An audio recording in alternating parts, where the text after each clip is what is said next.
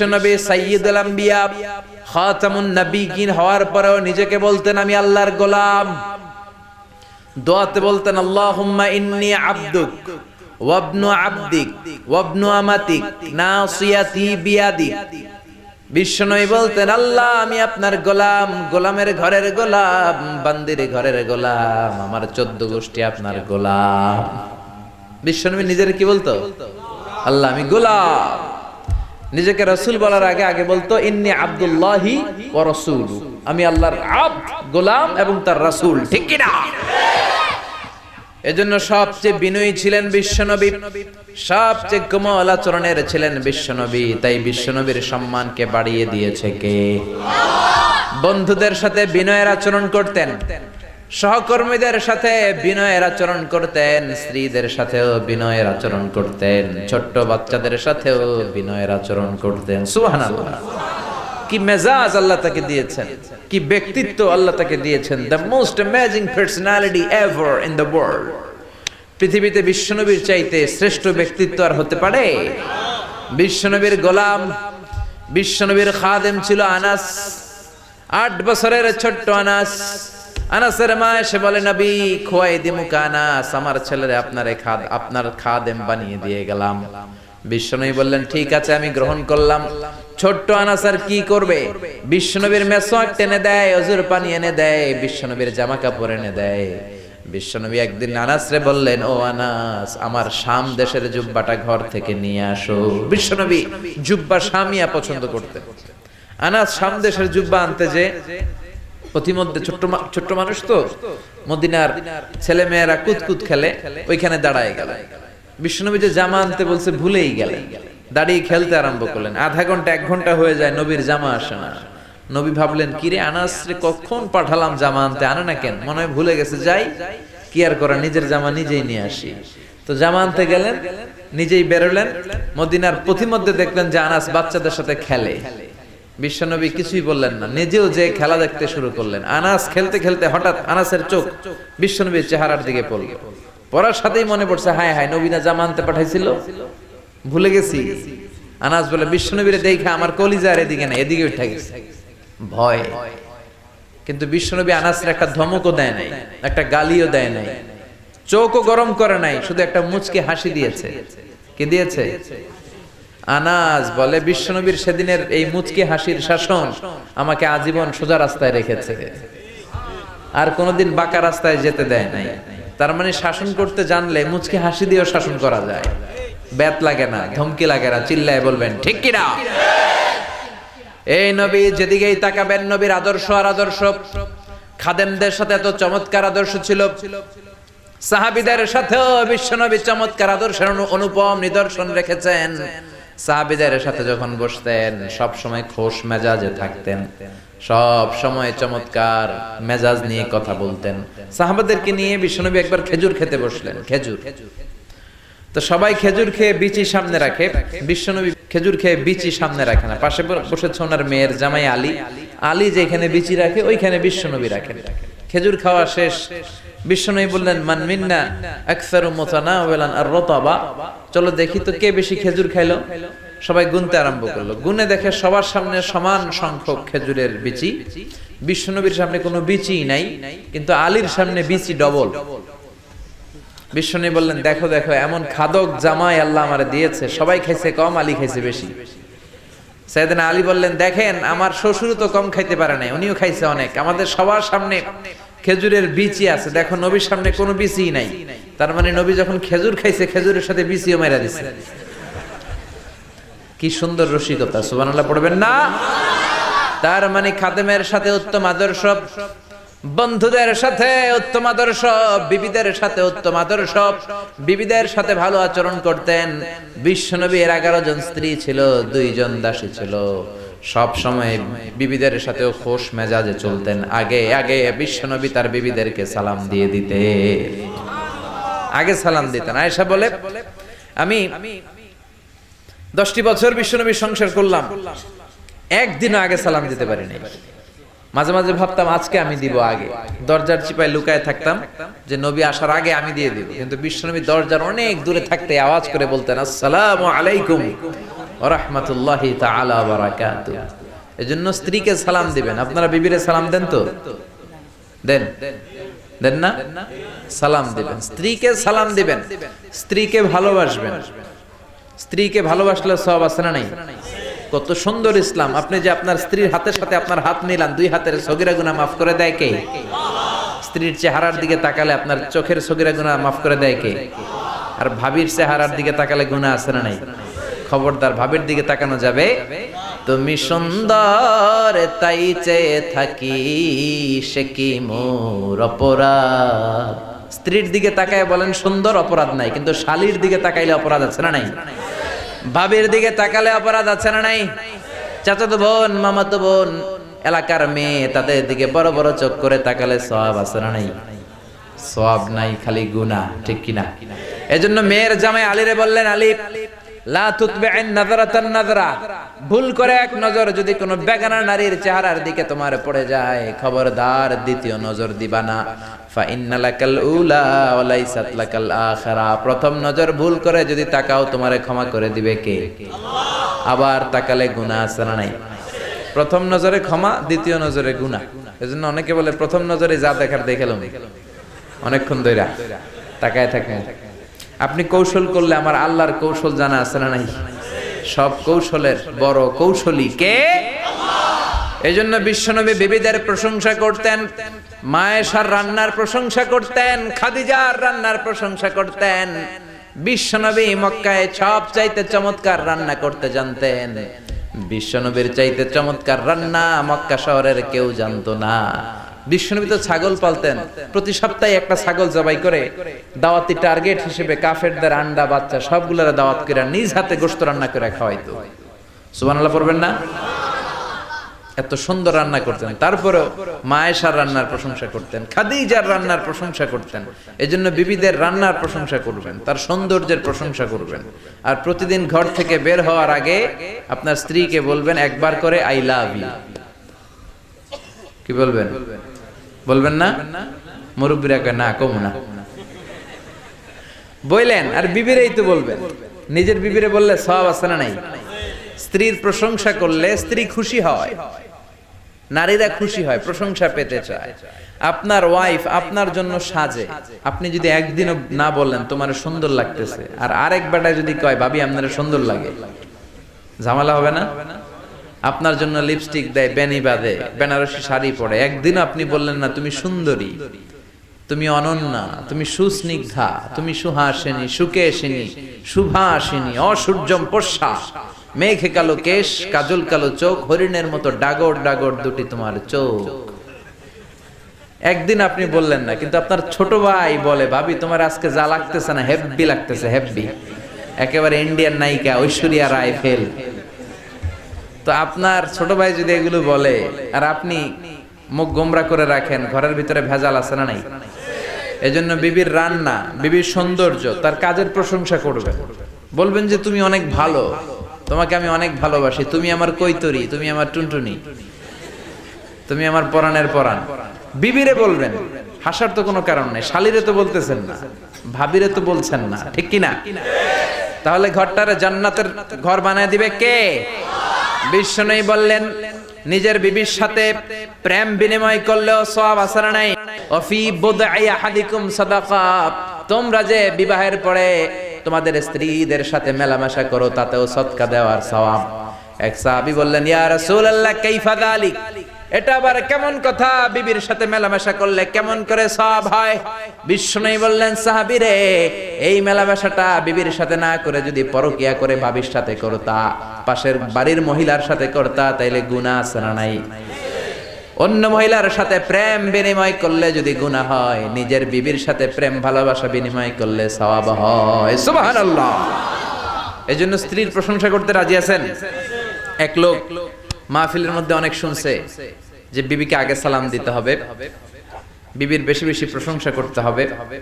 তো ভাবলো আজীবন যৌতুকের লাগে বউরে কিলাইলাম, আজকে সালাম দিব আগে, যেহেতু ওয়াজে হুজুরে বলেছে, আর তার রান্নারও প্রশংসা করব। তো বাড়িতে যেই বিবিরে প্রথম সালাম, বিবি কয় কি রে আজকে সূর্য উঠছে কোন দিক দিয়া, আজীবন আমারে কিলায় যৌতুকের লাগে, আজকে সালাম দেয়, ঘটনা তো ভালো না?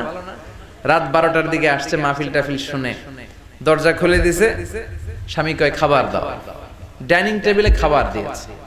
তো স্বামী খাবার খায়, স্ত্রী খাবার বেড়ে বেড়ে প্লেটে দেয়, আর স্বামী মিটি মিটি হাসে। বেবি বলে, এই রাত বাজে 1টা, মাহফিল শুনে আসছে ভালো কথা, খাইতেছো মিটমিট হাসো কেন? স্বামী বলে, হাসতেছি তার কারণ আজকে তোমার গরুর গোশতের রান্নাটা এত মজা হয়েছে না, এত মজার গরুর গোশত জীবনে খাই নাই। রান্না মজা হয়েছে শুনে বউ তো তেলে বেগুনে জ্বলে উঠছে। কি রান্না মজা হয়েছে মানে? বিগত 10 বছর ধরে তোমারে রান্না করে খাওয়াই, একদিনও রান্নার প্রশংসা করলা না। আর আজকে পাশের ঘরের ভাবি একটু গরুর গোশতের তরকারি পাঠাইছিল, ওই গরুর গোশতের তরকারি দিয়েই তোমার রাতের খাবার দিছি, ঘরে আর কিছু রান্না টান্না করি নাই। ওই মহিলার হাতের গরুর গোশতের রান্না তোমার এত ভালো লাগছে, খাও, জন্মের খাওয়া খাও, আর রান্ধন না। এরকম না বুঝে যদি উল্টাপাল্টা প্রশংসা করেন তাহলে ভেজাল আছে না নাই? এজন্য স্ত্রীদের প্রশংসা করবেন, স্ত্রীকে ভালোবাসবেন, ফ্যামিলিটারে জান্নাতি ফ্যামিলি বানায় দিবে কে?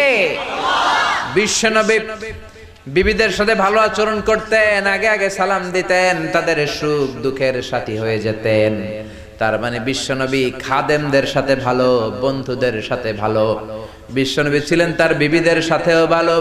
আবার বিশ্বনবী ছোট বাচ্চাদের দেখলে আদর করতেন। এমন কোন ছোট বাচ্চা নাই যে বাচ্চার মাথায় বিশ্বনবী হাত বুলায় না। আল্লাহু আকবার। আমরা আতর ব্যবহার করি এই জায়গায়, বিশ্বনবী আতর ব্যবহার করতেন হাতের এই জায়গায়, আর ওই ব্যবহার করা আতর দিয়ে বিশ্বনবী মদিনার সব বাচ্চাদের মাথায় হাত বুলিয়ে দিতেন। আর বিশ্বনবীর ব্যবহার করা আতরের ঘ্রাণে পুরো মদিনা শহরে আমোদ হয়ে যেত।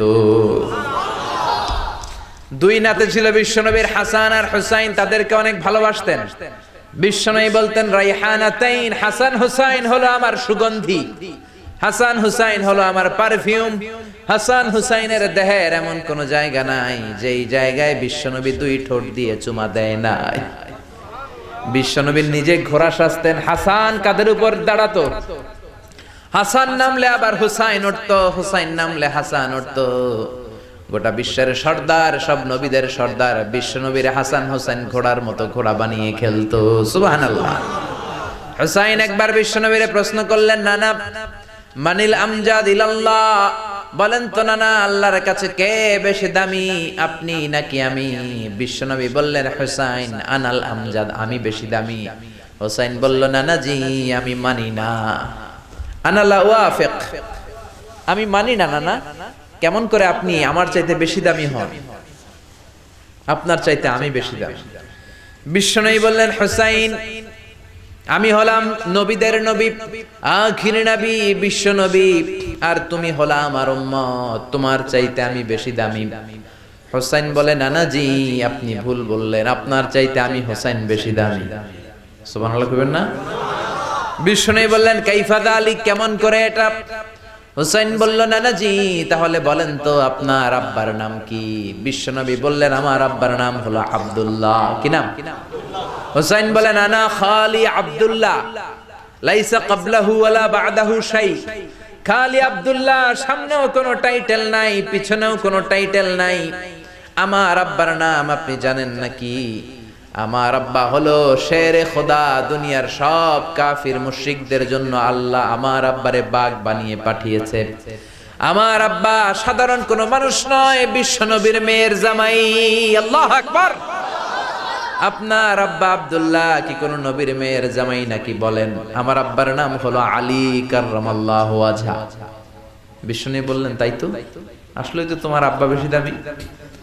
আবার হুসাইন প্রশ্ন করলেন, নানা বলেন তো আপনার আম্মার নাম কি? কি নাম বিশ্বনবীর মায়ের? তোরা দেখে যা আমিনা মায়ের কোলে, মধু পূর্ণিমারি সেথা চাঁদ দোলে, যেন উষার কোলে রাঙা রবি দোলে। তোরা দেখে যা আমিনা মায়ের কোলে, কুল মখলুকে আজি ধ্বনি ওঠে কে এলোই, কালিমা শাহাদাতের বাণী ঠোঁটে কে এলোই, পড়ে দুরুদ ফেরেশতা বেহেশতের দুয়ার খোলে। তোরা দেখে যা আমিনা মায়ের কোলে। আল্লাহু আকবার। বিশ্বনবী বললেন, আমার মায়ের নাম আমিনা। হুসাইন বলল, নানাজি আপনার মায়ের নাম যদি আমিনা হয়, জেনে রাখেন আমার মায়ের নাম হলো ফাতিমা। সাইয়্যিদাতুন নিসাই আহলিল জান্নাহ, জান্নাতে সর্বপ্রথম যেই মহিলাটা ঢুকবেন ওই মহিলাটা হলো আমার আম্মা জান ফাতিমা। বিশ্বনবী ফাতেমারে এত ভালোবাসতেন, বিশ্বনবী বলতেন যে ফাতেমারে কষ্ট দেয় সেজন্য আমি নবীরে কষ্ট দেয়, আর যে ফাতেমার মনের মধ্যে আনন্দ দেয় সেজন্য আমি নবীরে আনন্দ দেয়। বিশ্বনবী কোনো সফরে গেলে সবার শেষে ফাতেমার সাথে দেখা করে বের হতেন, আবার সফর শেষ করে বাড়িতে আসার সময় সবার প্রথম ফাতেমার সাথে দেখা করতেন। ও নানা বলেন তো তাহলে কে দামি, আপনার আম্মা আমেনা নাকি আমার মা ফাতিমা? বিশ্বনবী আর কোনো কথা বলে না। হোসাইন একের পর এক প্রশ্ন বানে নানাকে জর্জরিত করছে। নানা এবার বলেন তো আপনার নানির নাম কি? বিশ্বনবী বললেন, হোসাইন আমার নানির নাম হলো বাররা বিনতে আব্দুল উজ্জা। হোসাইন বলে, নানা আপনার নানি বাররা রে কেউ চিনে না। চিনেন আপনারা? অনেকে জানেই না, ওই যে কয় নসিনি, আর নসিনি দে, আমরা চিনি না বাররা বিনতে আব্দুল উজ্জা। হোসাইন বলে, নানা আপনার নানিরে তো কেউ চিনে না, বাররা নামটা কারো মুখস্থ নাই। আমার নানির নাম আপনি জানেন নাকি? আমার নানির নাম হলো খাদিজাতুল কুবরা আত-তাহেরা। একটা মহিলাকে আরশের উপর থেকে আল্লাহ সালাম জানিয়েছেন, ওই মহিলাটাই আমার নানি খাদিজা। বিশ্বনবী খাদিজারে এত ভালোবাসতেন, বিশ্বনবী বলতেন, আল্লাহ কিয়ামতের দিন যখন কেউ কাউরে চিনবে না, ওই কঠিন দিনে আমি যেন আমার প্রাণের খাদিজারে ভুলে না যাই। খাদিজা ইন্তেকালের পরে বিশ্বনবী নিজ হাতে দাফন কাফন করলেন, কবরের সামনে দাঁড়িয়ে দোয়া করলেন। দোয়ার পরে সব সাহাবীরা ঘরে ফিরে যায়। আবু বকর বললেন, নবী চলেন ঘরে ফিরে যাই, দাফন শেষ, কাফন শেষ, দোয়াও শেষ। বিশ্বনবী বললেন, না আবু বকর আমি যাব না, তুমি যাও, আমি কবরের সামনে দাঁড়িয়ে থাকব। যেই মহিলাটাকে এই কবরের মধ্যে আমি শোয়ালাম রে আবু বকর, এই মহিলাটা সাধারণ কোনো মহিলা নয়, আমার বিপদের দিনের সঙ্গিনী খাদিজা। মক্কায় এই মহিলাটাই আমার হাতে প্রথমে কালিমা পড়ে ইসলাম ধর্ম গ্রহণ করেছে। মক্কায় কেউ যখন আমারে সাহায্য করে নাই, তখন আমার খাদিজা আমারে ভুলে নাই। কেউ যখন আমারে শেল্টার দেয় নাই, সাহায্য করে নাই, খাদিজা আমারে সাহায্য করেছে। মক্কার লোকেরা 3 বছর শিয়াবে আবি তালেবে আমার জেলের মধ্যে রেখেছিল। আমার কলিজার টুকরা বিবি খাদিজা ওই জেলখানার ভিতরে আমার সাথে ছিল। আবু বকর তোমার মনে চাই তুমি ঘরে ফিরে যাও, আমি এখানে দাঁড়িয়ে থাকবো।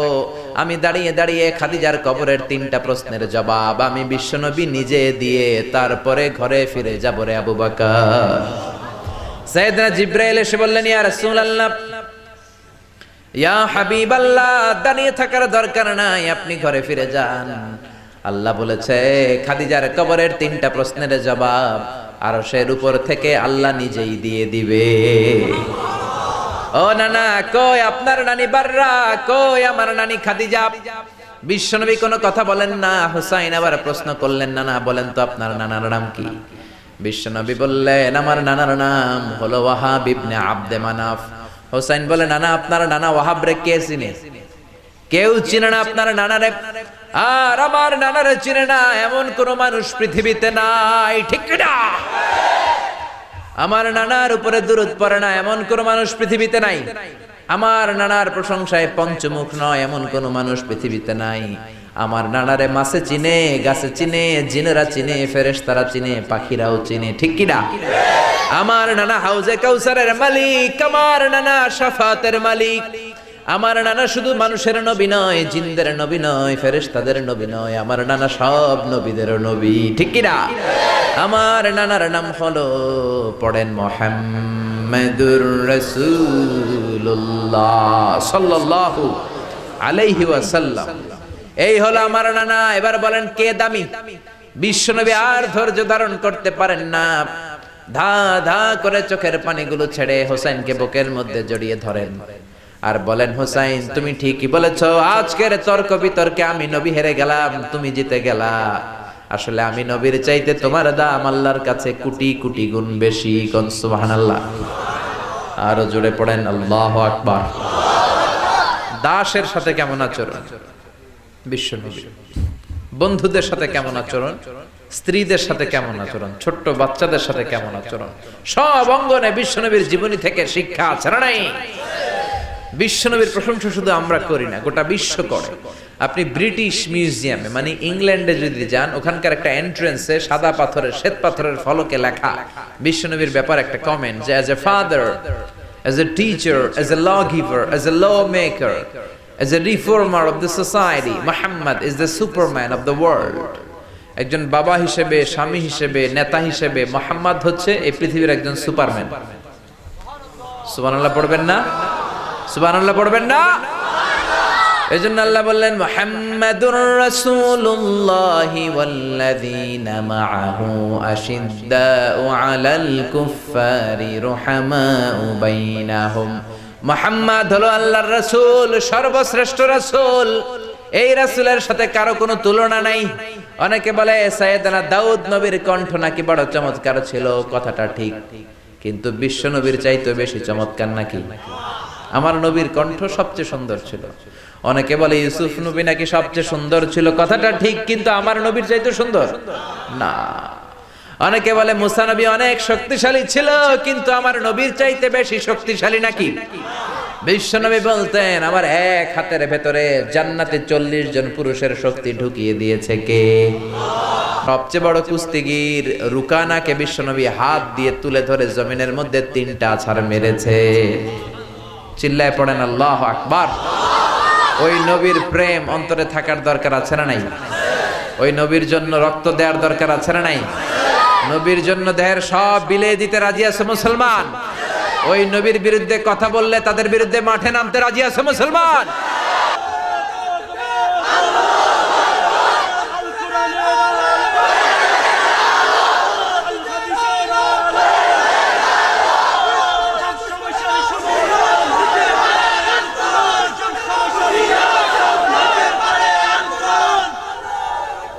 আল্লাহ আমাদের স্লোগানকে তুমি কবুল করো, বিশ্বনবীর শাফাত নসিব করো, বিশ্বনবীর ভালোবাসা অন্তরে রেখে জান্নাতে যাওয়ার তৌফিক দান করো। এজন্য বিশ্বনবী হচ্ছেন আল্লাহর রাসূল। আল্লাহর রাসূলের সাথে পৃথিবীর কারো তুলনা হতে পারে? বিশ্বনবী এমন নবী যেই নবী তার নিজের জীবনে কোনো কিছু বাস্তবায়ন না করে অন্যকে বলতেন না। এক সাহাবী এসে বলে ইয়া রাসূলুল্লাহ, ইয়া হাবিবাল্লাহ, আমার ছেলেটা বেশি বেশি মিষ্টি খায়, কি খায়? কথা কন। আমার ছেলে মিষ্টি খায় বেশি, এত বেশি মিষ্টি কিনে দেওয়ার টাকা আমার নাই, আমার সামর্থ্য নাই, আমি কি করব? বিশ্বনবী বললেন যাও এক সপ্তাহ পরে আমার কাছে ছেলেকে নিয়ে আসবা। তোমার ছেলে মিষ্টি বেশি খায় বুঝলাম, এক সপ্তাহ পরে নিয়ে আসবা। এক সপ্তাহ পরে বিশ্বনবী ছেলেরে বলল বাবা মিষ্টি বেশি খাও নাকি? ছেলে বলে জি নবী, মিষ্টি আমার পছন্দ। ছোট বাচ্চারা মিষ্টি বেশি পছন্দ করে না? আপনাদের মাহফিলের এখানে বাজার বসছে না, ওইখানে কটকুটি জিলাপি এগুলো আছে না, দেখবেন বাচ্চারা বাড়ি থেকে টাকা নিয়ে খালি ওইদিকে যাবে, মাহফিলে আসুক আর না আসুক। বিশ্বনবী বাচ্চাটারে বললেন ও ছেলে মিষ্টি বেশি খাও নাকি? ছেলে বলে নবী আমি মিষ্টি বেশি খাই। শুনতেছেন? মাইক ম্যানের কথা কইছি, সবাই ওদিকে তাকায়। বাস পড়ছে একটা, সবাই ওদিকে তাকায়। পিছন থেকে ডাক দিলে সবাই এমনি তাকাবে। বাংলাদেশিরা খুবই সহজ সরল মানসিকতার আমরা। এজন্য বিষ্ণু বলেছেন আহলুল জান্নাতি বালহা, বেশি সহজ সরল বোকা মানুষেরাই জান্নাতে প্রবেশ করবে। দুনিয়ার ব্যাপারে বোকা, কিন্তু আখিরাতের ব্যাপারে চালাক, ঠিক কি না? শুনতেছেন না? ঝিমায় পড়ছেন? কষ্ট হচ্ছে না তো? রাত অনেক হয়েছে না? কয় না। রাত বাজে 10:30, কয় না। ওয়াজ অল্প শুনবে, আমল করবেন বেশি, কবুল করবে কে? বিশ্বনবী ছোট্ট ছেলেটারে বললেন বাবা মিষ্টি বেশি খাও নাকি? ছেলে বলে নবী বেশি খাই, কারণ মিষ্টি আমার ভালো লাগে, মিষ্টি আমি পছন্দ করি। বিশ্বনবী ছেলেটারে বললেন ও বাবা, তোমার বাবার এত টাকা নাই যে তোমারে প্রতিদিন এত মিষ্টি কিনে দিবে, আজকে থেকে মিষ্টি খাওয়া কমায় দাও। ছেলে বলল ঠিক আছে নবী, কমায় দিব। ছেলের বাবা বলে নবী এই কথা তো গত সপ্তাহে বলতে পারতেন, গত সপ্তাহে বললেন যেন আজকে আসি, আজকে আসার পরে যা বললেন এটা তো গত সপ্তাহে বলতে পারতেন। বিশ্বনবী বললেন কেমন করে বলি, কারণ আমি নবী তো নিজে মিষ্টি পছন্দ করি। গত এক সপ্তাহে নিজে কম কম মিষ্টি খেয়ে আগে নিজের মধ্যে আমল এনেছি, তারপরে তোমার ছেলের নসিহত করেছি। সুবহানাল্লাহ। এমন নবী নিজের জীবনে কোনো কিছু বাস্তবায়িত না করে অন্যকে বলতেন না। আর আমরা নিজে আমল করি না, সবাইরে বলি। নিজে নামাজ পড়ি না, অন্যরে বলি। নিজের মধ্যে ভালো আচরণ নাই, অন্যরে ভালো হইতে বলি। নিজে গীবত করি আর অন্যের দোষ ধরি, এরকম বেয়াদব ডাকাত ঝরা নাই। এজন্য আগে নিজে ভালো হন। কিছু মোরল আছে, নেতা আছে, আরেকবারের বিচার করে। ওই বাড়ির বেডির বিচার, ওই বাড়ির মাইয়ার বিচার, মাইয়া আরেক পোলার লইয়া বাকছে। ওই বাড়ির পোলা গাঞ্জা খায়, বিচার করতে গেছে। নিজের পোলার খবর নাই, নিজের পোলা ইফটিজিং করে, নিজের পোলা টেন্ডারবাজি করে, নিজের ছেলে চাঁদাবাজি করে, ঠিক কি না? নিজের বউ পরকিয়া করে, নিজের ঘরে ইসলাম নাই, নিজের ঘরে ভদ্রতা নাই, নিজের ঘরে শান্তি নাই, আরেক ঘরে শান্তি আনতে যায়। এরকম আছে না নাই? কিন্তু বিশ্বনবী এমন নবী, নিজে কোনো কিছু বাস্তবায়ন না করে অন্যরে বলতেন না। সুবহানাল্লাহ। আবার বিশ্বনবী বলতেন উতিতু খামসান লাম ইয়াতাহুন্না হাদুন ক্বাবলি। পাঁচটা জিনিস রব্বুল আলামিন আমাকে দান করেছেন, আমার আগে কোন নবীকে এই পাঁচটা জিনিস দান করেন নাই। এক নম্বরে নুসিরতু বিররাবি মাসিরাতা শাহর, আমার ডানে বায়ে সামনে পেছনে 1 মাসের দূরত্ব পর্যন্ত জায়গার ভেতরে কোন কাফের মুশরিক যদি থাকে, ওই কাফেরদের অন্তরের ভেতরে আমি নবীর ব্যাপারে ভয় ঢুকিয়ে দেয় কে? 1 মাসের দূরত্বে নবী যেখানে থাকবেন, তার 1 মাসের দূরত্বে যদি কোনো কাফির থাকে, নবীর ভয়ে ওই কাফের অন্তরটা ধুপ ধুপ করতে থাকে। কোন সুবহানাল্লাহ। 2 নাম্বার জুইলাতলি আল আরদু কুল্লুহা মসজিদান ওয়া তাহুরা, রব্বুল আলামিন আমার জন্য গোটা বিশ্বের পুরো জমিনটাকে মসজিদের জায়গা বানিয়েছেন, সেজদার জায়গা বানিয়েছেন, পুরো জমিনটাকে আমার জন্য তায়াম্মুম করার জায়গা বানিয়েছেন। কোন সুবহানাল্লাহ। অন্য নবীদের সময় শুধু মসজিদে নামাজ পড়া যেত, মা'বাদ ইবাদত গাহে নামাজ পড়া যেত, কিন্তু বিশ্বনবীর সময়ে নিয়ম হলো সব জায়গায়। ঘরে পড়তে পারবেন নামাজ, রাস্তায় পড়তে পারবেন, বাজারে পড়তে পারবেন, নৌকার উপরে পড়তে পারবেন, প্লেনের ভেতরেও পড়তে পারবেন, মহাশূন্যের স্যাটেলাইট চ্যানেলে যেও নামাজ পড়া যাবে। চিল্লা এখন ঠিক কি না? আবার বিশ্বনবী বললেন জমিনটারে আমার জন্য পবিত্রতা গ্রহণের মাধ্যম বানালেন। অজুর পানি নাই, কোথাও 1 ফোঁটাও পানি নাই, মরুভূমির মাঝখানে নামাজের সময় হয়েছে, তায়াম্মুম করে নামাজ পড়ার সিস্টেম দিয়েছে কে? এই সিস্টেমটা আমরা বিশ্বনবীর একমাত্র কুমারী বউ মা আয়েশার কারণে পেয়েছি, ঠিক কিনা? মা আয়েশা আবার বলতেন আমারে আল্লাহ এমন 5টা জিনিস দিয়েছে দুনিয়ার কোন নারীকে দেয় নাই, এমনকি বিশ্বনবীর অন্য বিবিদের কেউ দেয় নাই। 1 নম্বরে আমি হলাম বিশ্বনবীর একমাত্র কুমারী বউ, বাকি সব বউগুলো ছিল বিধবা। সুবহানাল্লাহ পড়েন। 2 নম্বরে আমার ঘরে বিশ্বনবীর কবর। 3 নম্বরে বিশ্বনবী যখন ইন্তেকাল করে, বিশ্বনবীর মাথাটা ছিল আমার কোলের মধ্যে, আমার কোলের মধ্যে বিশ্বনবী মাথা রেখে ওনার শেষ নিঃশ্বাস ত্যাগ করেছে। চিল্লায় কোন সুবহানাল্লাহ। 4 নম্বরে মা আয়েশা বলতেন আমি যখন বিশ্বনবীর সাথে এক লেপের নিচে ঘুমাতাম, তখনও কোরআনের আয়াত নাজিল করত কে? অন্য বিবির সাথে এক লেপের নিচে থাকা অবস্থায় কোরআন নাজিল হতো না। 5 নম্বরে ও দুনিয়ার মানুষেরা শোনো শোনো, আমি আয়েশার কারণে তোমরা তায়াম্মুমের বিধান পেয়েছো। মা আয়েশা একবার বিশ্বনবীর সাথে যুদ্ধের কাফেলা থেকে ফিরছেন, হঠাৎ করে গলার হার হারিয়ে গেল। বিশ্বনবীরে বললেন আমার সোনার হার পাওয়া যাচ্ছে না। বিশ্বনবী বললেন কাফেলা থামাও, আমার বিবি আয়েশার হার খোঁজো। সব সাহাবারা হার খুঁজতে শুরু করলো।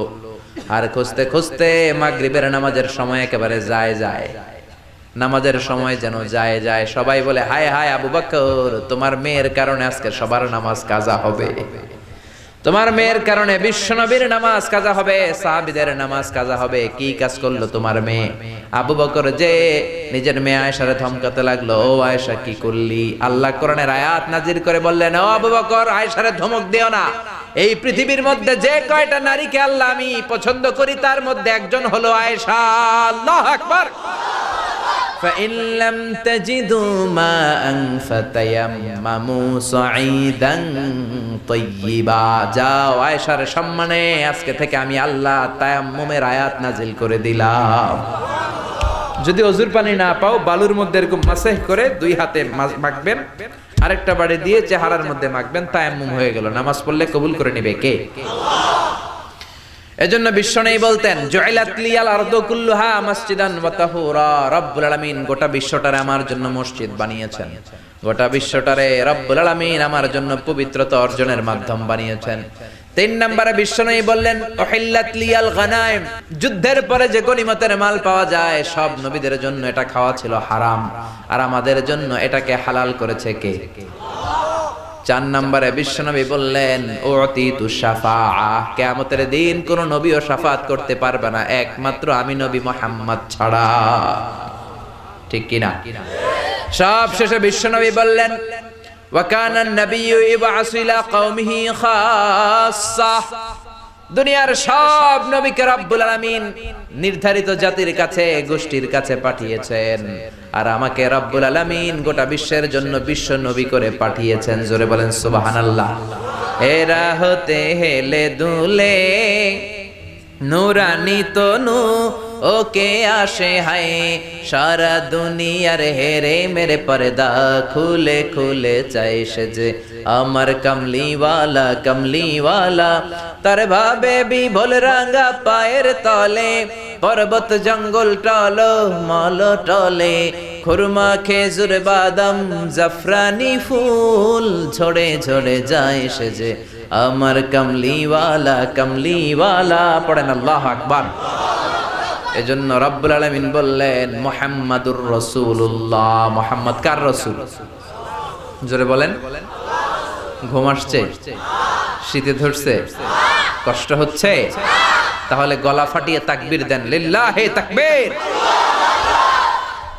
আল্লাহ বললেন মুহাম্মদ আমার রাসূল।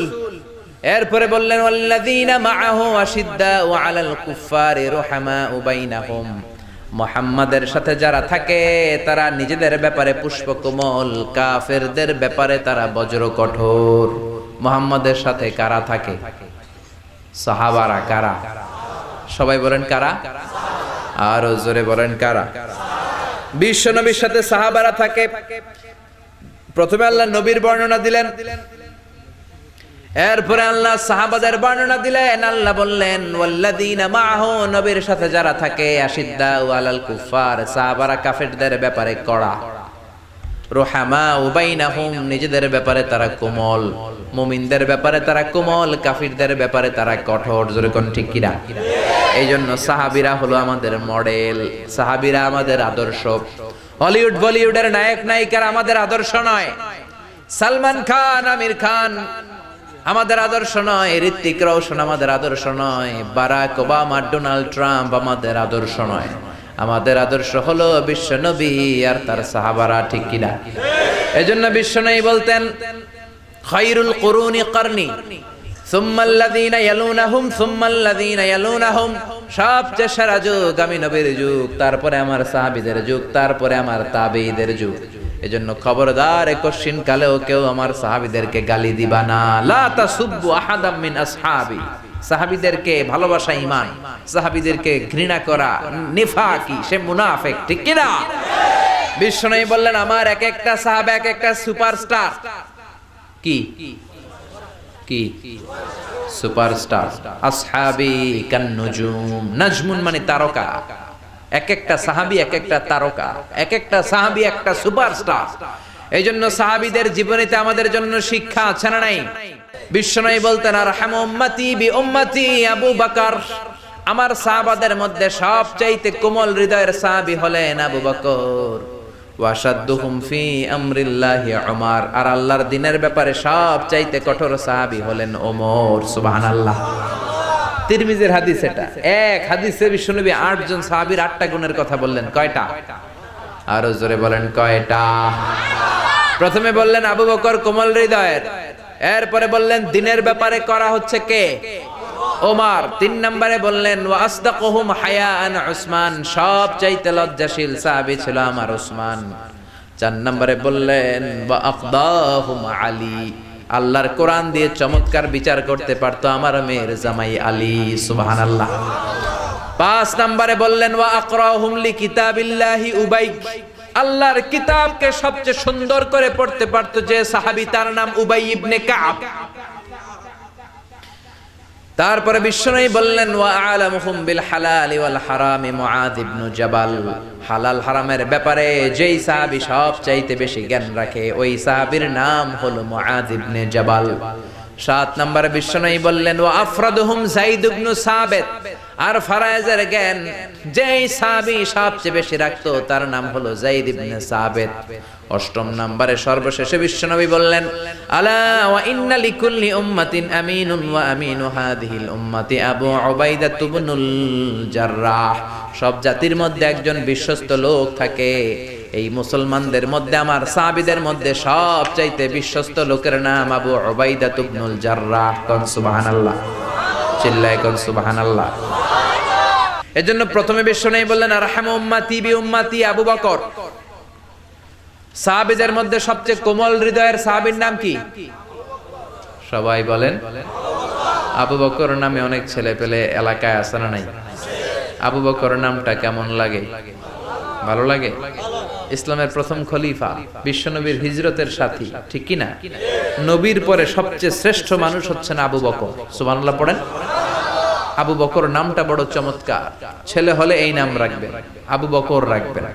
ভদ্র নাম আপনার ছেলের জীবনে একটা প্রভাব ফেলবে। চিল্লায় এখন ঠিক কিনা? বিশ্বনবী বললেন সবচেয়ে কোমল হৃদয়ের সাহাবী হলো আবু বকর, আর আবু বকরকে আবু বকর নামেই ডাকবেন। আমরা অনেক সময় নামের বিকৃতি করে ডাকাডাকি করি। আবু বকররে ডাকে বকইরা, আছে না নাই? কত সুন্দর নাম রেখেছে মা বাবা। আব্দুল কুদ্দুস, হেতারে ডাকে কুদ্দুচা। জিহাদের ময়দানে সর্বপ্রথম যে সাহাবা তীর মেরেছেন তার নাম সাদ বিন আবি ওয়াক্কাস, হেতারে ডাকে আকাইচা, আছে না নাই? এজন্য আবু বকরকে বকইরা ডাকবেন নাকি ডাকবেন আবু বকর? সবচেয়ে রহম দিলের সাহাবী, এত নরম হৃদয়ের সাহাবী সাইয়েদনা আবু বকর যখন নামাজের মধ্যে দাঁড়াতেন, ইমামতি যখন করতেন, কান্নার চোটে তেলাওয়াত করতে পারতেন না। কান্নার চোটে তেলাওয়াত করতে পারতেন না। বিশ্বনবীর ইন্তেকালের পরে 1 বছর মসজিদে নববীর ইমাম ছিলেন। জাহরি কেরাতে মানে ফজর, মাগরিব, এশা, এই 3 নামাজ আমরা আওয়াজ করে কেরাত পড়ি না? কথা বলেন। উনি যখন ইমামতি করতেন কান্নার চোটে তেলাওয়াত শোনা যেত না। ইমামতি করতে দাঁড়ালে শুধু কান্না শুরু করে দিতেন। হেরেম শরীফে যারা গিয়েছেন, কাবা ঘরের পাশে যারা নামাজ পড়েছেন, শাইখ আব্দুর রহমান আস-সুদাইস যখন আযাবের আয়াতগুলো পড়ে তিনিও কান্নায় ভেঙে পড়েন, ঠিক কি না? উনি কাঁদে, মুসল্লিরাও কাঁদে, কিন্তু আমরা তারাবির নামাজ পড়ি 20 রাকাত, একদিনও কান্নার সুযোগ হয় না, ঠিক কি না? কারণ এমন জোরে পড়ে রেলগাড়িও ফেল, জাপানের ট্রেনও ফেল হয়ে যাবে, এত দ্রুত হাফেজ সাহেবরা পড়ে। খবরদার, তারাবির সালাতে দ্রুত কোরআন পড়বেন না, কোরআনকে তারতিলের সাথে পড়বেন। ওয়ারাত্তিলিল কুরআনা তারতিলা, কার কথা? তারতিলের সাথে পড়বেন, তাজবিদের সাথে পড়বেন, ধীরস্থির ভাবে পড়বেন। সাইয়েদনা আবু বকর নামাজের মধ্যে যখন দাঁড়াতেন কান্নার চোটে তিনি নামাজ পড়তে পারতেন না। এত কোমল হৃদয়ের লোক ছিলেন। কানা রাকিকাল কলবি ওয়া সারিআল বুকা, অন্তরটা ছিল নরম, আর নামাজে দাঁড়ালে শুধু কাঁদতেন। আর আমরা নামাজে দাঁড়ালে দিন দুনিয়ার হিসাব আছে না নাই? সারা দিনেও যেটা আমার মনে পড়ে না, নামাজে দাঁড়াইলে মনে পড়ে, ঠিক কি না? নামাজে দাঁড়ালে আমাদের মনে হয় মাশরাফিকে আউট হইল না ছক্কা মারলো। নামাজে দাঁড়ালে আমাদের মনে হয় শেয়ার বাজার উঠলো না নামলো। নামাজে দাঁড়ালে মনে হয় হিন্দি সিরিয়াল শুরু হলো নাকি কারেন্ট চলে গেছে। জোরে কোন ঠিক কিনা? হরেক ধরনের চিন্তা নামাজের মধ্যে আছে না নাই? সাহাবীরা যখন নামাজে দাঁড়াতেন, মরুভূমিতে সাহাবারা যখন নামাজ পড়তেন, আকাশের পাখিগুলো খেজুর গাছ মনে করে সাহাবীদের মাথায় এসে বসে যেত। পাখিগুলো মনে করতো এগুলো মানুষ না, এগুলো খেজুর গাছ, কারণ নড়ে না চড়ে না, ঠায় দাঁড়িয়ে আছে। আল্লাহু আকবার। বিশ্বনবীর মেয়ের জামাই আলীর পায়ের মধ্যে তীর ঢুকলো, তীর। ব্যথার চোটে চিল্লায়, কেউ তীর বের করতে পারে না। তীর বের করার জন্য টান দিলে চিৎকার মেরে ওঠে। বিশ্বনবী বেলাল রে বললেন, ইয়া বেলাল আকিমিস সালাহ, আজান দাও, নামাজ কায়েম করো। আরেক সাহাবীরে বললেন, ও সাহাবী, তুমি 3য় রাকাতে নামাজে শরীক হবা। আমি যখন 1 রাকাত শেষ করে 2য় রাকাতে দাঁড়িয়ে কেরাত শুরু করব, তুমি কাতারের মাঝখান দিয়ে যে আলীর পায়ের তীরটা গায়ে যত শক্তি আছে শক্তি দিয়ে টান দিয়ে বের করবা। বিশ্বনবী নামাজ শুরু করলেন, আল্লাহু আকবার। প্রথম রাকাত পড়লেন, 2য় রাকাতে যখন দাঁড়ালেন ওই সাহাবী কাতারের মাঝখান দিয়ে যে সাইয়েদনা আলীর পায়ের ওই তীর টান দিয়ে বের করেছে, ফিনকি দিয়ে রক্ত বের হয়েছে। নামাজ শেষ, সাইয়েদনা আলী নামাজের মধ্যে টের পায় নাই, নামাজের পর চিল্লাচিল্লি শুরু পায়ের ব্যথায়। বললেন এত রক্ত কেন, আর আমার পায়ের তীর কোথায়? বিশ্বনবী বললেন, আলী আমি এক সাহাবীকে তীর খুলতে বলেছি, কারণ আমি জানি তুমি যখন নামাজে দাঁড়িয়ে যাও দিন দুনিয়ার কোনো হুঁশ তোমার তখন থাকে না, তোমার অন্তরটা আল্লাহর আরশে চলে যায়। নামাজের আগে টানাটানি করে লাভ হয় নাই, নামাজ পড়া অবস্থায় তুমি এমন ধ্যানের ভেতরে চলে গিয়েছো, তোমার পা থেকে জোর করে তীর বের করা হয়েছে, ফিনকি দিয়ে রক্ত বের হয়েছে, নামাজের জায়গায় রক্তের সয়লাভ, কিন্তু এক বিন্দুর জন্য তুমি টের পাও নাই রে আলী। সুবহানাল্লাহ। আমাদের নামাজ কি এমন নামাজ? আমরা নামাজও পড়ি আবার দাড়িও চুলকাই, আছে না নাই? মসজিদের ডানে বায়ে জানলা থাকলে নামাজও পড়ি আবার জানলা দিয়ে ভেবে তাকাই, আছে না নাই? নামাজে পড়ি মসজিদের ঘড়ির দিকেও তাকাই, কয়টা বাজে? এরকম মুসল্লি আছে না নাই? বিশ্বনবী বললেন সল্লু সলাতা মুআদ্দিয়া, বিদায়ী নামাজ পড়ো। প্রত্যেক সময় যখন নামাজে দাঁড়াবেন ভাববেন হতে পারে এটাই আমার জীবনের শেষ নামাজ। পারফর্ম দ্য সালাহ as if this is your last and final prayer. মনে করবেন এটাই হতে পারে আমার ফাইনাল, আমার লাস্ট প্রেয়ার, শেষ নামাজ। আজকে যে মাহফিল শেষ করে বাসায় যাইতে পারবো গ্যারান্টি আছে? আর 10 মিনিট যে বাঁচবো গ্যারান্টি আছে? তো নামাজে যখন দাঁড়াবেন এটা চিন্তা করতে সমস্যা কি? আমার তো কোনো গ্যারান্টি নেই, হতে পারে এটাই জীবনের শেষ নামাজ। এইজন্য নামাজের ব্যাপারে যত্নবান হন। এখন মসজিদ হয়েছে কিন্তু মুসল্লি নাই, জোরে কোন ঠিক কিনা? এ নামাজি আমার ঘরে নামাজ পড়ো আজ, দিলে মে তোমার চরণ তলে হৃদয় যায় নামাজ। হে নামাজি আমার ঘরে নামাজ পড়ো আজ, দিলে মে তোমার চরণ তলে হৃদয় যায় নামাজ। আল্লাহু আকবার। মসজিদ আল্লাহর কাছে কেঁদে কেঁদে বলে রব্বুল আলামিন, মসজিদের মধ্যে টাইলস হয়েছে, এয়ার কন্ডিশন হয়েছে, বিউটিফিকেশন হয়েছে, লাইটিং হয়েছে, ফাইটিং হয়েছে, কিন্তু মুসল্লি বাড়ে নাই, ঠিক কি না? সিনেমার হলের মধ্যে ভিড় আছে না নাই? ক্রিকেট খেলার স্টেডিয়ামে ভিড় আছে না নাই? ঈদের আগের দিন চাঁদ রাতে শপিং মলে ভিড় আছে না নাই? মেলা যখন হয় মেলার ভিতরে ভিড় আছে না নাই? কিন্তু মসজিদের ভিতরে কোনো ভিড় নাই, ঠিক কিনা? প্রথম কাতার পুরা হয় না, ফজরের নামাজ এরকম আছে না নাই? এজন্য সবার আগে নামাজ, সবার আগে কি?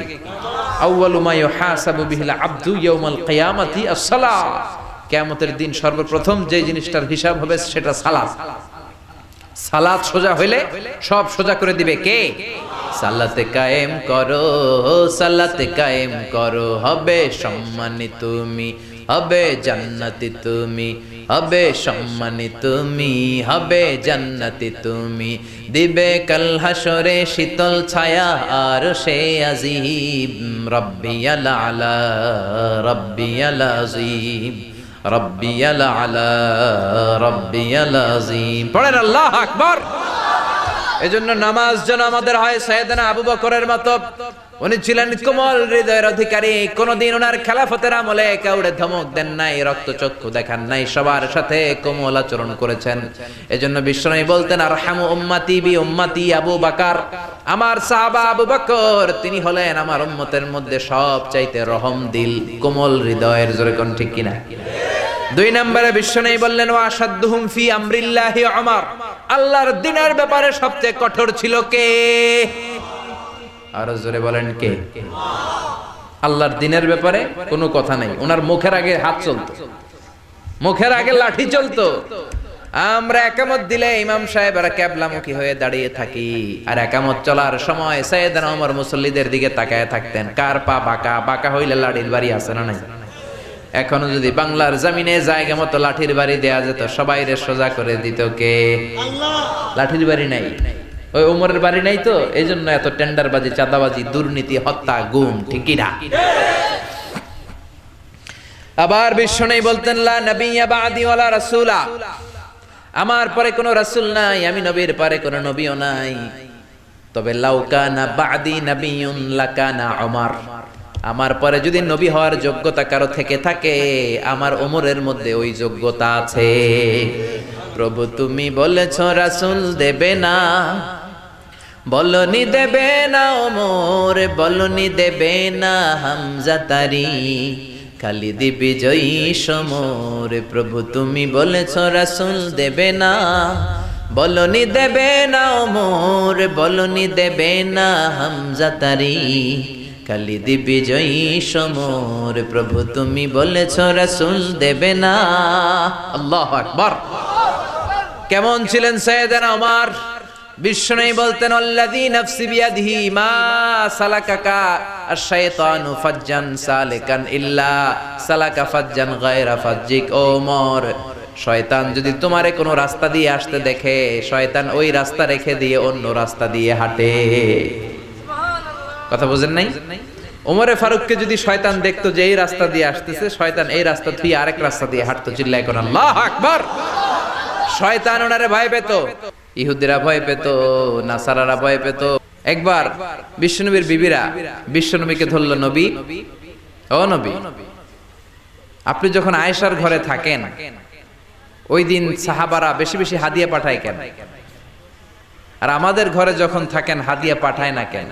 আগামী দিন জুমার নামাজের পরে আপনি ঘোষণা দিবেন, আপনি যেই বিবির ঘরেই থাকেন না কেন সাহাবারা যেন বেশি বেশি হাদিয়া পাঠায়। বিশ্বনবী বললেন আমি বলতে পারবো না। বিবিরা বললেন আপনার পারতেই হবে। বিশ্বনবী বললেন আমি বলতে পারবো না। বিবিরা বলল বলতে আপনাকে হবে। ও মিয়া, লোকেরা ইমাম সাহেবের বাড়িতে কোন দিন কোন হাদিয়া দিবে এটা কি ইমাম সাহেবের ইচ্ছায় নাকি লোকেদের ইচ্ছায়? কথা বলেন। বিশ্বনবী বুঝাতে পারে না, বিবিরাও ছাড়ে না। ইন দ্য মিন টাইম কে জন্য দরজার বাইরে থেকে সালাম দিল, আসসালামু আলাইকুম রাহমাতুল্লাহ। বিশ্বনবী বুঝলেন এটা ওমরের সালাম। কার সালাম? কথা বলেন। বিশ্বনবী সালামের উত্তর নিয়েই বিবিদের দিকে তাকালেন, তাকিয়ে দেখে একটা বিবিও সামনে নাই, সব ঘরের ভেতরে চলে গিয়েছে। বিশ্বনবীর সাথে এতক্ষণ ধরে জোরাজুরি, কিন্তু সাইয়েদনা ওমরে ফারুকের সালাম শোনার সাথে সাথে সব বিবিরা উঠে দৌড়, চিল্লায় এখন আল্লাহু আকবার। এই জন্য ওমরে ফারুক ছিলেন দিনের ব্যাপারে সবচেয়ে কড়া। এত কড়া ছিলেন, শয়তান ভয় পেত জমের মতো, ইহুদিরাও ভয় পেত, বিশ্বনবীর বিবিরাও ভয় পেত। সাইয়েদনা ওমরে ফারুক মদ খাওয়ার অপরাধে নিজের ছেলেকে ৮০টা বেত মেরেছেন। কয়টা? আর জোরে বলেন। ওনার ছেলের নাম আবু শাহমা, আব্দুর রহমান মারুফুন বিআবি শাহমা। নাবিজ খেয়েছিল মূলত। নাবিজ হচ্ছে দুধের মধ্যে খুরমা ছেড়ে দিলে, আরব দেশি যারা আছে আরবের লোকেরা খায়, রাতের বেলা দুধের মধ্যে শক্ত খুরমা ছেড়ে দিবেন, সকালবেলা দেখবেন দুধটা লাল টকটকে হয়ে গিয়েছে। ওটা খুবই স্বাস্থ্যকর, কিন্তু এটা সকালেই খাইতে হবে। 3 দিন 4 দিন 5 দিন রেখে যদি খান ওইটা আর নাবিজ থাকবে না, ওইটা মদ হয়ে যাবে, তারই হয়ে যাবে। ঠিক কি না? ওমরের ছেলে তাই করেছে। 4 দিন পরে খেয়েছে, মদ হয়ে গেছে। এখন এরকম দুলে কয় তুই কেঠা, বাপেরে কয় তুই কেঠা। ওমরে ফারুক কয় তোর বাপ। ও আপনি আব্বা জান, চিনতে পেরেছে। ওমরে ফারুক কয় শারিবতা খামরান, মদ খেয়েছো নাকি? আবু শাহমা কয় লা শারিবতু নাবিজ, নাবিজ খেয়েছি। ওমরে ফারুক বললেন ইফতাহ ফামাক, মুখ খোল। হা করার পরে ঘ্রাণ নিয়ে দেখে মদ। কলারটা ধরে টেনে মসজিদে নববীর বারান্দার মধ্যে বেঁধে ফেললেন। জোহরের আজান হলো, নামাজ হলো। নামাজের পর সাইয়েদনা ওমরে ফারুক বললেন মাকানাকুম ইনদানা হাদ, আমাদের বিচার আছে, সবাই বসেন।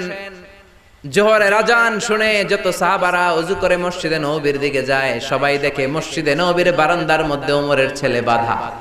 সবাই বলে ঘটনা কি? খলিফার ছেলে এইভাবে বাধা কেন? নামাজের পরে ওমরে ফারুক সবাই নিয়ে বসলেন। ওমরে ফারুক বললেন আমার ছেলে মদ খেয়েছে, বিচার হবে। প্রেসিডেন্টের ছেলে মদ খেয়েছে, না জানি কি বিচার হয়। সবার মধ্যে কানা ঘুষা। কেউ কেউ বলে আরে প্রেসিডেন্টের পোলা তো মারবে না, এমনি ছেড়ে দিবে। কেউ কেউ বলে আরে এটা ওমর, ৮০ বেত দেওয়ার কথা, ৮০টা না দেখ ৪০টা দিবে। কেউ বলে না না ৪০টাও না, ১০-২০টা দিয়ে ছেড়ে দিবে। সাইয়েদনা ওমরে ফারুক জল্লাদরে বললেন বড় একটা চাবুক নিয়ে আয়। আনার পরে হাজার হাজার লোক তাকিয়ে আছে। ওমরে ফারুক বললেন ইবদা বিসমিল্লাহ, মাই শুরু কর। জল্লাদ গায়ে যত জোর ছিল মারতে শুরু করলো। ওয়াহিদ, ইসনাইনি, তালাতা, 1 2 3, 3 চাবুক মারার পরে ওমরে ফারুক জল্লাদকে এক থাপ্পড় মেরে দূরে ফেলে দিলেন। বললেন, বেটা তুই কি চাবুক মারস না চাকরি বাঁচাস? আস্তে মারলি কেন? আসলে আস্তে মারে নাই, গায়ে যত জোর ছিল জোরসে মেরেছে, কিন্তু ওমরের ওই মায়ের পছন্দ হয় নাই। সাইয়েদনা ওমরে ফারুক বললেন, তোর হিসাবে মায়ের হইছে 3টা, আমার হিসাবে হইছে 1টা। আমার হাতে চাবুক দে, আমি 2 নাম্বার বাড়ি থেকে আরম্ভ করব। মারতে লাগলেন 2 3। ওমর ছিল মদিনার মধ্যে সবচেয়ে শক্তিশালী পুরুষ। ওনার হাতের চাবুকের বাড়ি যে খেয়েছে সে বুঝেছে কত মজা। এক একটা করে চাবুকের বাড়ি মারে, চামড়া ফেটে ফিনকে দিয়ে রক্তগুলো ছোপ ছোপ করে মসজিদে নববীর বারান্দার ওয়ালের মধ্যে লাগে। এক একটা চাবুকের বাড়ি মারে, ছেলেটা ডেকে বলে, আব্বা আর জীবনে মদ খাবো না, আর জীবনে নাবিজও খাবো না, এবারের জন্য তুমি আমারে মাফ করে দাও। ওমরে ফারুকের পাষাণ হৃদয় তখনও নরম হয় না, একের পর এক চাবুক মারতে লাগলেন। 20টা চাবুকের বেত মারার পরে নিজের কলিজার টুকরা আবু শাহামা বেহুশ হয়ে যায়। ওমরে ফারুক বললেন, মাথার মধ্যে পানি দে, হুশ করা। আবার 21 নাম্বার থেকে পিটাতে লাগলেন।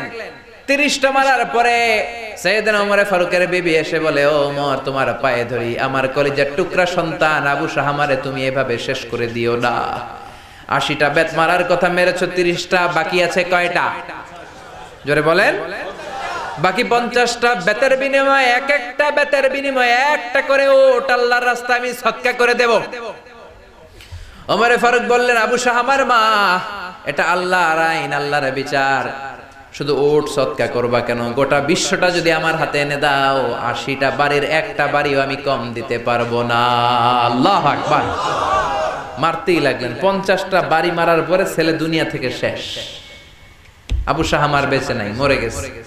ওমরে ফারুক বললেন, জানাজা দে, গোসল দে, কবর দে। কবর দেওয়ার পরে কবরের উপরে মারতে আরম্ভ করলেন। 51, 52, 53, 80টা বেত মারার পরে আল্লাহর ডেকে বললেন, আল্লাহ, আমার নিজের কলিজার টুকরা ছেলেরে পিটায় মাইরা ফেলাইছি মদ খাওয়ার অপরাধে, কিয়ামতের দিন তুমি আমারে জালিম বলে ডাক দিতে পারবা না।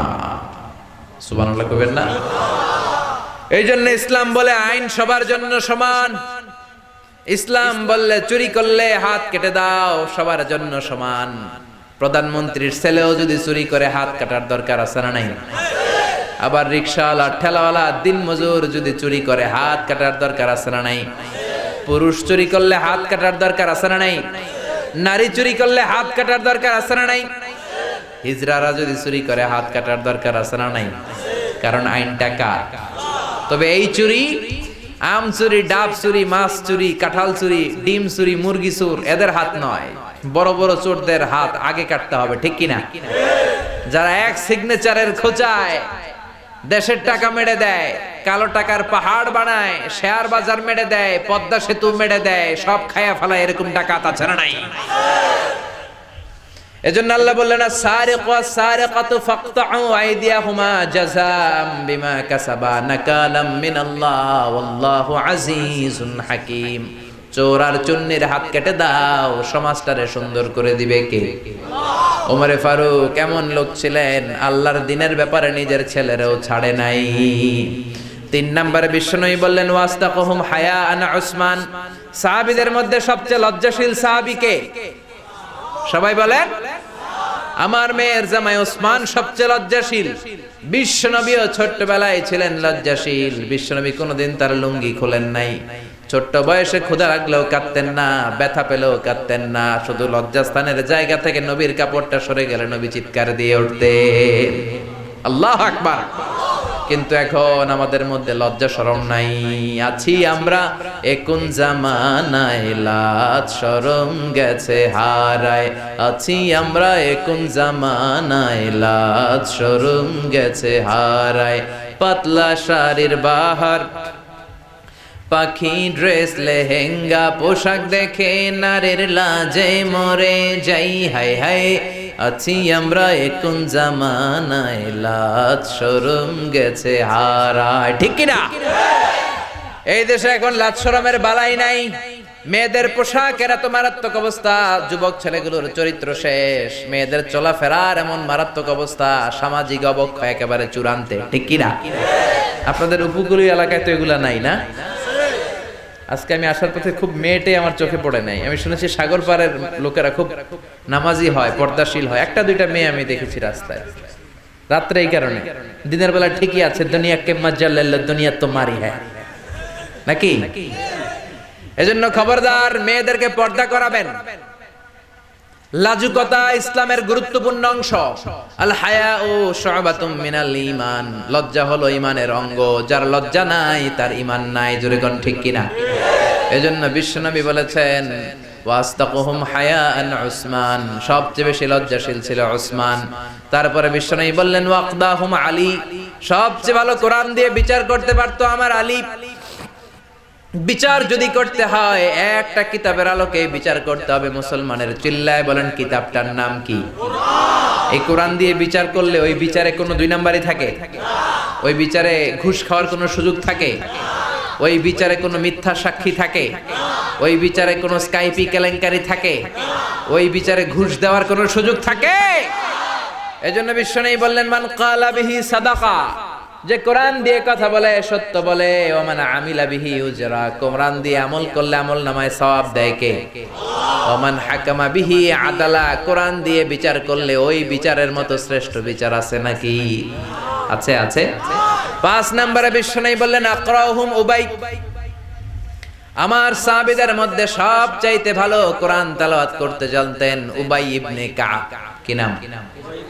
এজন্য চমৎকার কণ্ঠে কোরআন তেলাওয়াতের দরকার আছে না নাই? আপনাদের এই দ্বীপ এলাকায় মক্তব আছে তো না? সকালে ছেলে মেয়েদেরকে কোরআন শেখান। এটা আমাদের অনেক দিনের ঐতিহ্য। এই ঐতিহ্য ভাঙবেন না, ভাঙবেন তো মরবেন। ঠিক কি না? কোরআন শিখান, ছেলেগুলো আল্লাহওয়ালা হবে, নামাজওয়ালা হবে, ইসলামওয়ালা হবে। আর কোরআন শিখাবেন না হবে ডাকাত, হবে টেন্ডারবাজ, হবে গুন্ডা, হবে বদমাশ। তোর কোন ঠিক কি না? এজন্য সকালবেলায় কোরআন শিখাবেন। প্রতিদিন যেন কোরআনের তেলাওয়াত হয়, প্রতিদিন যেন কোরআনের একটা হলেও আয়াতের অর্থ পড়া হয়। কারণ কোরআন আপনার জীবনের সব সমস্যার সমাধান করে দিবে। সমাধান চাও যদি জীবনে মরণে, ফিরে যাও খুঁজে নাও চোখ রাখো কোরআনে। If you want the solution this dunya and akhirah, go back, have a look to the holy Quran. ঠিক কি না? সব সমস্যার সমাধান, চিল্লায় বলেন সব সমস্যার সমাধান। এজন্যই কোরআন পড়ার দরকার আছে না নাই? কোরআন ছাড়বেন তো মরবেন, কোরআন ছাড়ছেন তো মরছেন। ঠিক কি না? এজন্য কোরআনকে আঁকড়ে ধরতে হবে, কোরআন বুঝতে হবে, কোরআন পড়তে হবে, কোরআনকে অন্তরে নিয়েই মরতে হবে। ঠিক কি না? তারপরে বিশ্বনবী বললেন হালাল হারামের ব্যাপারে সবচেয়ে স্পেশালিস্ট সাহাবী মুআজ ইবনে জাবাল। এমন সাহাবী ছিলেন, সাহাবীদের মধ্যে সবচাইতে বেশি হালাল হারামের জ্ঞান রাখতেন। আমরা এখন হালাল হারাম বাছি না, হালালও খাই হারামও খাই, ঘুষ খাই, যৌতুক খাই, সুদ খাই, আছে না নাই? আল্লাহ বললেন সব খায়ও না। কুলু মিম্মা ফিল আরদি হালালান তাইয়্যিবা, জমিনের মধ্যে আমি আল্লাহ যেটা হালাল করেছি সেটা খাও, বরকত দিবে কে? হালালে বরকত আছে না নাই? বেশি না কম? বুঝে উত্তর দেন। বলেন তো গরু খাওয়া হালাল না হারাম? কথা বলেন। কুকুর খাওয়া? গরু হালাল, কুকুর হারাম। প্রতিদিন আমরা গরু জবাই করি বেশি না কুকুর জবাই করি? কত হাজার হাজার গরু আমরা জবাই করি বিয়ের অনুষ্ঠানে, মুসলমানের অনুষ্ঠানে। আর কুরবানির ঈদে তো কথাই নাই, বাংলাদেশের গরু দিয়ে হয় না, ইন্ডিয়া থেকে গরু আনা লাগে। ঠিক কি না? তাহলে গরু খাই বেশি, কুকুর খাই না। গরু বছরে বাচ্চা দেয় কয়টা? একটা। কুকুর দেয় কয়টা? 7টা, 8টা, 9টা। কোনো জন্ম নিয়ন্ত্রণ নাই তো, দাদার সে দিতে থাকে। ঠিক কি না? তাহলে গরু খাই বেশি, কুকুর খাই না। গরু বাচ্চা দেয় কম, কুকুর বাচ্চা দেয় বেশি। তারপরেও বলেন তো বাংলাদেশে গরু বেশি না কুকুর বেশি? জোরে বলেন কি বেশি? এত খাওয়ার পরে, এত জবাই করার পরে, এত কম বাচ্চা দেওয়ার পরে গরু বেশি কেন? কারণ গরুতে বরকত বেশি। হালাল, হালালের ভেতরে রব্বুল আলামিন বরকত ঢুকিয়ে দেন। হারাম যত বেশি হোক বরকত হয় না। জোরে কোন ঠিক কিনা? এজন্য হালাল হারাম বাছার দরকার আছে না নাই? বিশ্বনবী বললেন ইন্নাল্লাহা তাইয়্যিব লা ইয়াকবালু ইল্লা তাইয়্যিবা, আল্লাহ নিজে পবিত্র, পবিত্র ছাড়া কোনো জিনিস তিনি কবুল করেন না। হারাম দিয়ে খাবেন, এ হারাম দিয়ে দেহ হইলে দেহ জাহান্নামে যাবে। হারাম টাকা দিয়ে মসজিদ করলে কোনো সওয়াব নাই, হারাম টাকা দিয়ে হজ করলে যত আলহাজ লাগাবেন কোনো সওয়াব নাই। চিল্লায় কোন ঠিক কিনা? 7 নম্বরে বিশ্বনবী বললেন আফরাদুহুম যায়েদ ইবনে সাবিত, আমার সাহাবীদের মধ্যে সব চাইতে বেশি ফারায়েজের জ্ঞান রাখে যায়েদ ইবনে সাবিত। ফারায়েজ মানে উত্তরাধিকার আইন, আল্লাহর দেয়া উত্তরাধিকার বন্টনের আইন। আল্লাহ বলেন ইউসিকুমুল্লাহু ফি আওলাদিকুম লিযযাকারি মিসলু হাযিল উনসায়াইন। দুনিয়ার সব বাবাদেরকে আল্লাহ ডেকে বললেন, ও বাবারা, মরার আগে সম্পদ যখন বন্টন করবা, ছেলের যদ্দুর দিবা, মেয়ের তার অর্ধেক দিবা। কার কথা? আরো জোরে বলেন। ছেলের যদি 2 লাখ দাও, মেয়েরে দিবা কয় লাখ? ছেলেরে যদি 4টা বাড়ি দাও, মেয়েরে দিবা কয়টা বাড়ি? আপনাদের এই চর এলাকায় ঠিকঠাক মতো দেন তো না? ঠিক মতো না? এটা নিয়ে কোনো ঝামেলা নাই। অনেক এলাকায় দেখা যায় ছেলেরে দেয় বেশি, মেয়েরে দেয় না। না দিয়ে মেয়েরে কয়, মা তোর লাগে আমি দোয়া করে দিলাম, তোর ভাইয়েরে সব দিয়ে দিলাম। তো দোয়া তো আপনি সবার জন্যই করবেন, যে যেটা পাওয়ার উপযোগী তারে ওইটা দেন, তারপরে দোয়া করেন। অনেক মা আছে ছেলের পাতে দেয় মুরগির রান আর মেয়ের পাতে দেয় মুরগির ঠ্যাং, আছে না নাই? দেখবেন যে মা বাবা ছেলের পাতে দেয় মুরগির রান, মেয়ের পাতে দেয় মুরগির ঠ্যাং, ওই মা বাবার শেষ জীবন ছেলের বাড়িতে কাটে মেয়ের জামাইয়ের বাড়িতে। প্রকৃতির একটা রিটার্ন আছে না নাই? এজন্য আল্লাহর দেয় বিধান মানতে বলেছে কে? সব শেষে বললেন আমানতের কথা, আলা ইন্না লিকুল্লি উম্মাতিন আমিন। সব জাতির একজন বিশ্বস্ত লোক থাকে। ওয়া আমিনু হাযিহিল উম্মাতি আবু উবাইদা ইবনুল জাররাহ। আর এই উম্মতের মধ্যে, আমাদের এই মুসলিম উম্মতের মধ্যে সবচাইতে বিশ্বস্ত সাহাবীর নাম আবু উবাইদা ইবনুল জাররাহ। বিশ্বাসী সাহাবী, the most trustworthy company of the prophet। বিশ্বনবী নিজেও ছিলেন বিশ্বাসী। লা দীনা লিমান আমানাত লাহু, যার এই আমানতদারিতা নাই তার দিনদারি নাই। চিল্লায় কোন ঠিক কিনা? মক্কার লোকেরা কোথাও ঘুরতে গেলে বিশ্বনবীর কাছে আমানত রাখতো। তায়েফে ঘুরতে যাবে এক লোক, তার স্বর্ণ বাক্সের মধ্যে করে এনে বিশ্বনবীর বলল, আব্দুল্লাহর বেটা মুহাম্মদ, তোমার বাড়িতে আমানত রাখলাম, আমি তায়েফে যাব 7 দিনের জন্য। বিশ্বনবী বলেন, তুমি না আবু জাহেলের পার্টি করো, যাও আবু জাহেলের কাছে যায় রাখো। ওই লোক বলে, আমি তো জানি পেছে পয়রা আমি আবু জাহেলের পার্টি করি, কিন্তু আমানত রাখা যাবে না। স্বর্ণের বাক্স যদি আবু জাহিল্লার কাছে রাখি, আইসা দেখবো স্বর্ণও নাই, আমার বাক্সও নাই। ঠিক কিনা? এরকম ডাকাত সমাজে আছে না নাই? কোনো আমানতদারিতা নাই। বিশ্বনবী বলেন as-সাদিকাল আমিন, আমানতদার। এই জন্য ইসলাম যদি মানতে হয় আমানতদারি হতে হবে। কিয়ামতের একটা আলামত হলো লোকজন আমানতদারিতা ভুলে যাবে, মানুষের সম্পদ জুলুম করে দেদারসে খেতে থাকবে। এই আলামতটা সমাজে আছে না নাই? যেই লোক যেই চেয়ারে বসার যোগ্য নয়, ওই লোক যদি ওই চেয়ারে বসে, এটাই আমানতের খেয়ানত। ঠিক কি না? এখন এরকম আছে না নাই? চাকরি পাওয়ার যোগ্যতা নাই, চাকরি পায়, আছে না নাই? টেলিফোনের জোরে ইমাম হওয়ার যোগ্যতা নাই, ইমাম হইছে, আছে না নাই? এমপি হওয়ার যোগ্যতা নাই, এমপি হইছে, আছে না নাই? এগুলো সব কিয়ামতের আলামত। চিল্লায় বলেন ঠিক কি না? এজন্য বাঁচতে হলে মডেল বানাতে হবে বিশ্বনবীকে আর নবীর সাহাবীদেরকে। কথা বুঝতে পেরেছেন? মডেল বানাবেন কাকে? সালমান খানকে? আমির খান? হ্যাঁ, কাকে বানাবেন? বিশ্বনবী আর বিশ্বনবীর সাহাবা। চিল্লায় কোন ঠিক কিনা? জোরে বলেন ঠিক কিনা? আল্লাহ তাআলা আমাদের সবাইকে কথাগুলো বুঝে আর আমল করার তৌফিক দান করুক। আমরা পড়ি আমিন। যতগুলো কথা বলেছি কোরআন সুন্নাহর আলোকে বলেছি, বানিয়ে কিছু বলি নাই। তারপরেও আমার মনের অজান্তে কোনো মিস ইনফরমেশন যদি আমার মুখ ফসকে বের হয়ে যায়, সেগুলো যেন আল্লাহ তাআলা আমাদের স্মৃতিপট থেকে মুছে দেয়। আমরা পড়ি আমিন। সত্য, সুন্দর, কল্যাণকর, হকের পক্ষে যা বললাম তার সবটুকুন প্রথমে আল্লাহ তাআলা আমি মিজানুর রহমান আজহারীকে আমলের তৌফিক দান করে, পাশাপাশি আপনাদের সবাইকে আমলের তৌফিক দান করে। আমরা পড়ি আমিন। আপনারা সবাই ভালো থাকবেন, সুস্থ থাকবেন, কোরআনের সাথে থাকবেন।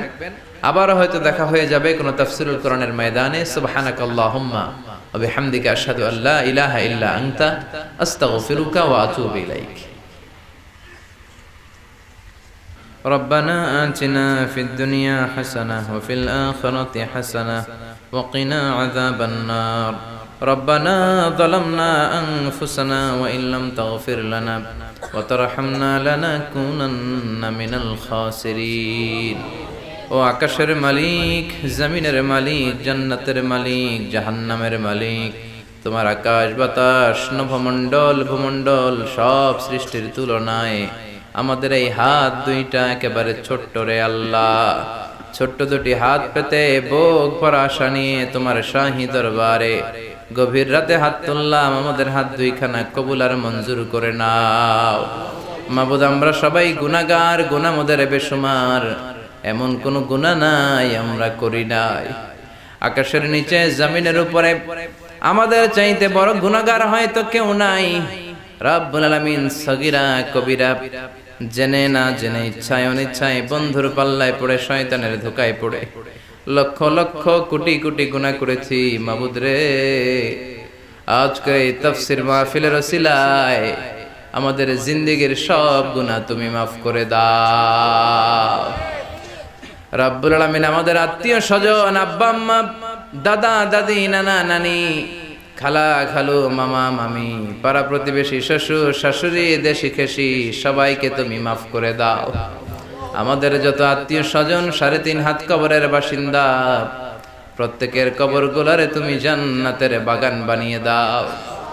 মাবুদ রে, আমার যে যুবক ভাইয়েরা অক্লান্ত পরিশ্রম করে এই প্রতিকূল অবস্থার মধ্য দিয়েও আজকে এই তাফসিরুল কোরআনের প্রোগ্রামটারে সফল করলো, কিয়ামতের দিন কঠিন মুসিবতের সময় এই মাহফিলটারে তুমি তাদের জন্য নাজাতের ওসিলা বানিয়ে দাও। রব্বুল আলামিন কিয়ামত পর্যন্ত এই ময়দানে কোরআনের কথা যেন চলতেই থাকে, তুমি তৌফিক দাও। রব্বুল আলামিন গভীর রাত পর্যন্ত কোরআন থেকে আমরা যা শুনলাম আমাদের জীবনে যেন, ব্যক্তিগত বাস্তব জীবনে যেন আমল করতে পারে, তুমি তৌফিক দাও।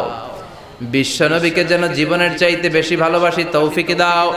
নবীর আদর্শ যেন জীবনের সব অঙ্গনে কাজে লাগাতে পারে, তৌফিক দাও। সাইয়েদনা আবু বকরের মতো কোমল হৃদয়ের হওয়ার তৌফিক দাও। সাইয়েদনা ওমরে ফারুকের মতো দিনের ক্ষেত্রে কঠোর হওয়ার তৌফিক দাও।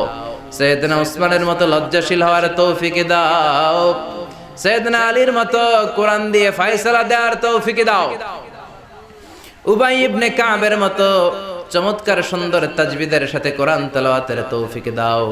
সাইয়েদনা মুআদ ইবনে জাবালের মতো হালাল হারাম বেছে চলবার তৌফিক দাও। সাইয়েদনা যায়েদ বিন সাবিতের মতো আল্লাহর দেয়া উত্তরাধিকার আইন অনুযায়ী বন্টনের তৌফিক দাও। সাইয়েদনা আবু উবাইদা ইবনুল জাররাহের মতো সমাজের মধ্যে আমানতদার হওয়ার তৌফিক দাও। রব্বুল আলামিন আমাদের সবাইকে 5 ওয়াক্ত সালাত জামাতের সাথে আদায় করার তৌফিক দাও। আমাদের ফ্যামিলিগুলোরে তুমি কবুল করে নাও, আমাদের বিবিদেরকে কবুল করে নাও, আমাদের সন্তানগুলোরে মানুষের মতো মানুষ বানাও। এই চর এলাকার সব ভাই বোনদেরকে তুমি কবুল আর মঞ্জুর করে দাও। সামুদ্রিক জলোচ্ছ্বাস থেকে, বিপদ থেকে, বন্যা থেকে, সাইক্লোন থেকে, সব ধরনের বিপদ সংকেত থেকে এই এলাকাটারে তুমি হেফাজত করো আল্লাহ। আমাদের সবাইকে আজীবন তোমার গোলামের মতো বাঁচার তৌফিক দাও। যতদিন বাঁচবো কোরআন সুন্নাহ অনুযায়ী যেন জীবন সাজাতে পারি, তৌফিক দাও। গোটা বিশ্বব্যাপী যারা কোরআনের আন্দোলন করে, তোমার কোরআনকে পৃথিবীর বুকে প্রতিষ্ঠিত দেখতে চায়, করতে চায়, তাদের কর্মকাণ্ডে তুমি বরকত দাও। কোরআন প্রতিষ্ঠা করতে যে যারা জীবনটাকে বিলিয়ে দিল, তাদেরকে তুমি শহীদ হিসেবে কবুল করে দাও। মাবুদ রে, আমার বাংলার জমিনের 56,000 বর্গ মাইলের প্রতিটা ইঞ্চি মাটিকে তুমি কোরআনের ঘাঁটি হিসেবে কবুল করে দাও। আমাদের মধ্য থেকে যারা অসুস্থ, সুস্থ করে দাও। শুনলাম সভাপতি সাহেব অনেক অসুস্থ, রব্বুল আলামিন তাকে তুমি সেহাতে কামেলা আজলা নসিব করে দাও। আমার যেই যুবক ভাইগুলো বিকেল থেকে কষ্ট করে আমার রিসিভ করে কোরআনের মাহফিলকে সার্থক করলো, সাইয়েদনা ওমরে ফারুকের মতো, আমির হামজার মতো, খালিদ বিন ওয়ালিদের মতো আমার যুবক ভাইদেরকে কোরআনের বীর সেনানী হিসেবে কবুল আর মঞ্জুর করে নাও। রব্বুল আলামিন যারা টাকা দিয়ে, পয়সা দিয়ে, বুদ্ধি দিয়ে, পরামর্শ দিয়ে আজকের এই কোরআনের বাগানকে সফল করলো, সবাইকে তুমি কবুল আর মঞ্জুর করে দাও। আমার যখন ফুরাবে দিন, আসবে গহীন রাতি, থেকো আল্লাহ দুনয়নে হয়ে চির সাথী, আসবে গহীন রাতি। রব্বুল আলামিন ক্ষণস্থায়ী দুনিয়া ছেড়ে যখন পরপারে পাড়ি জমাবো, বিশ্বনবীর শেখানো ওই মধুর কালিমাটুকুন, ওই কালিমাতুত তাইয়্যিবা জপতে জপতে ঈমান নিয়ে যেন আমরা সবাই বিদায় নিতে পারি। লা ইলাহা ইল্লাল্লাহু মুহাম্মাদুর রাসূলুল্লাহ।